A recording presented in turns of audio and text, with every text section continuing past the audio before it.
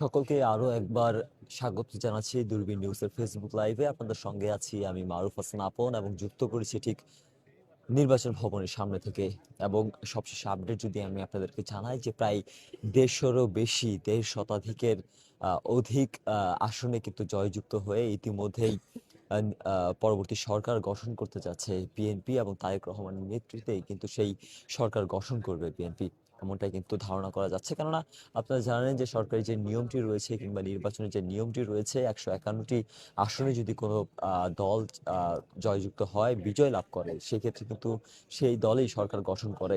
এবং এখন পর্যন্ত 129টি আসনের 229টি আসনে কিন্তু ভোটের যে ফলাফল, সেই ফলাফলের আমরা সংবাদ পেয়েছি অফিসিয়ালি। এবং যদি সেখানে বলি যে 150-এরও অধিক অর্থাৎ 164টি আসনে কিন্তু ইতিমধ্যে জয়যুক্ত হয়েছে বিএনপি এবং জামাত সবেমাত্র 60টি আসনে কিন্তু জয়যুক্ত হয়েছেন। এবং অন্যান্য আসন অর্থাৎ মোট 5টি আসনে কিন্তু অন্যান্য যে দল রয়েছেন তারা কিন্তু জয়যুক্ত হয়েছেন। এবং বর্তমান পরিস্থিতি আমি দেখানোর চেষ্টা করছি। হঠাৎ করে কিন্তু নির্বাচন ভবনের সামনে নিরাপত্তা জোরদার করা হয়েছে। এখানে আনসার, এখানে কিন্তু বিজিবি, পুলিশ এবং সেনাবাহিনী মোতায়েন করা হয়েছে। এবং বাড়তি কিছুক্ষণ আগেও কিন্তু বাড়তি সেনাবাহিনী এখানে মোতায়েন করতে দেখা গিয়েছে। এবং সবশেষ আপডেট অনুযায়ী এখন পর্যন্ত দীর্ঘ জল্পনা কল্পনার অবসান ঘটিয়ে যে ত্রয়োদশ জাতীয় সংসদ নির্বাচন হয়েছিল, ডক্টর মোহাম্মদ ইউনূস বলেছিলেন যে উৎসবমুখর পরিবেশে কিন্তু সাধারণ জনগণ যারা রয়েছেন তারা ভোট দিতে আসবেন এবং ত্রয়োদশ জাতীয় সংসদ নির্বাচন কিন্তু সেইভাবেই পালিত হবে। এবং দেখানোর চেষ্টা করছি যে বর্তমানে নিরাপত্তা ব্যবস্থা নিয়ে যদি আমি আপনাদেরকে একটু বলি যে নিরাপত্তা ব্যবস্থা নিয়ে যদি আমি একটু দেখানোর চেষ্টা করি আপনাদেরকে, যে এখানে মোতায়েন করা হয়েছে পুলিশ এবং বিজিবি, যারা বাড়তি নিরাপত্তার স্বার্থে এখানে অবস্থান করছেন। এবং আপনারা জানেন যে নির্বাচনকে কেন্দ্র করে কিন্তু সহিংসতার একটি সম্ভাবনা থাকে এবং সেই সহিংসতা এড়াতেই কিন্তু প্রশাসনের এই উদ্যোগ। এবং নির্বাচন ভবনের সামনে থেকেই আমরা দেখানোর চেষ্টা করছি দূরবীন নিউজের ফেসবুক লাইভের মাধ্যমে। এবং ঠিক কিছুক্ষণের মধ্যেই কিন্তু বাকি যেই 71টি আসনের ফলাফল ঘোষণা করা বাকি রয়েছে, সেটি হয়তো বা ঠিক কিছুক্ষণের মধ্যেই ঘোষণা করা হয়ে যাবে। এবং ঠিক তার পরই কিন্তু সরকার গঠনের জন্য যে যোগ্যতা অর্জন করেছে ইতিমধ্যে বিএনপি, অর্থাৎ বিএনপি দ্বারাই তারেক রহমানের নেতৃত্বেই কিন্তু আগামী সরকার গঠিত হতে যাচ্ছে। এবং দীর্ঘ জল্পনা কল্পনার পরেই সেই নির্বাচন সুষ্ঠু হতে যাচ্ছে।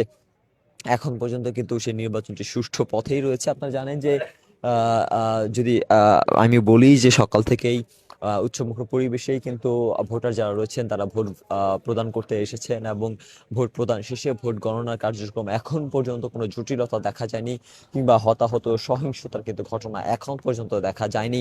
তবে ধারণা করা যাচ্ছে যে ফলাফল, বাকি যে 71টি কেন্দ্রের যে ফলাফল কিংবা আসনের যে ফলাফল রয়েছে, সেই আসনের বাকি 71টি আসনের ফলাফল ঘোষণা করার মধ্য দিয়ে কিন্তু ডক্টর মোহাম্মদ ইউনূসের যেই মন্তব্যটি ছিল যে সুষ্ঠু নির্বাচন তিনি উপহার দিবেন, সেই সুষ্ঠু নির্বাচন উপহার দিয়ে কিন্তু তিনি কিন্তু সরকার থেকে সরে যাচ্ছেন, এমনটাই কিন্তু ধারণা করতে পারছেন। আমার সামনে বিপুল পরিমাণ সেনাবাহিনী আপনারা দেখতে পাচ্ছেন।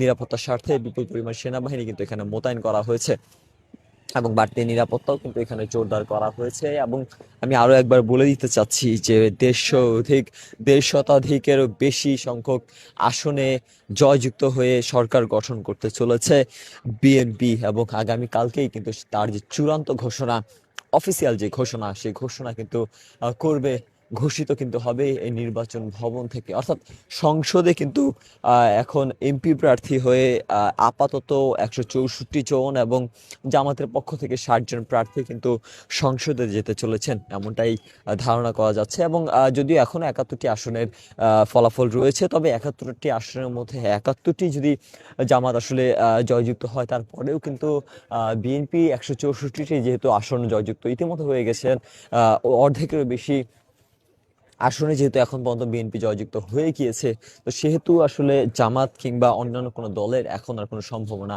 দেখা যাচ্ছে না। তো আগামী যে 5 বছর ত্রয়োদশ জাতীয় সংসদ নির্বাচন দ্বারা নির্বাচিত যেই আসনটি রয়েছে, তার মাধ্যমে কিন্তু ঘোষিত হতে যাচ্ছে বিএনপি সরকার।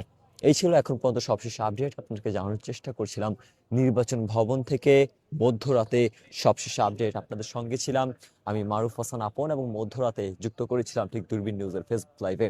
এই ছিল সবশেষ আপডেট। পরবর্তী আপডেট জানতে আমাদের সঙ্গেই থাকুন।